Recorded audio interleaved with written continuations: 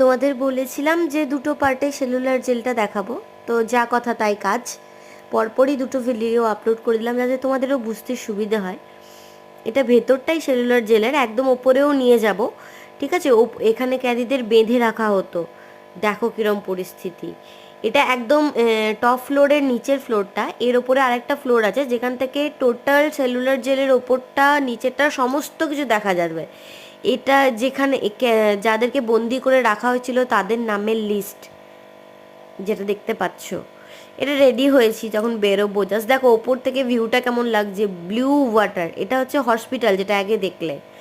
এখানে 5টা রো আছে। এর মডেলটায় দেখো, মডেল বলতে না বলতেই চলে আসলো, মডেলটা দেখতে পাচ্ছ।